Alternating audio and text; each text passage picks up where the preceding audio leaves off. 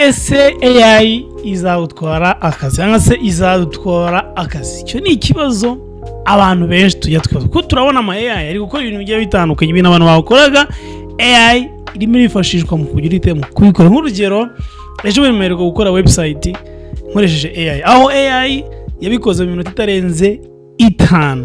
Ushatse wareba iyo video iri kwi channel.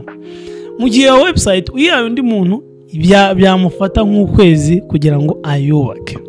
So ikibazo rero turibaza ngo AI izatwara akazi.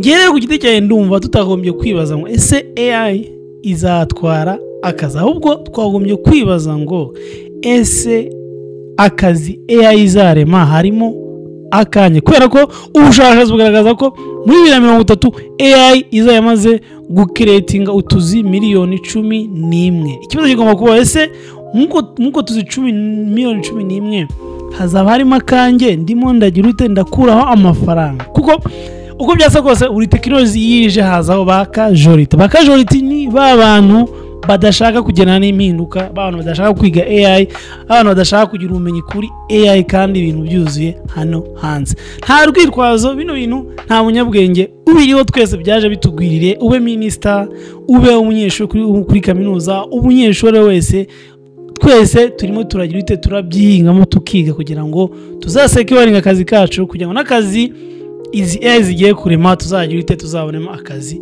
kacu. Nutiga AI izagira ute izagutwara akazi, cyangwa se n'umuntu uri kwiga AI agutware akazi. Gusa icyiza ni ukwishyira mu mwanya mwiza aho tuzakorana AI, aho tuzaremwa na AI tuzagira ute tuzatwungukiramo. Bye bye.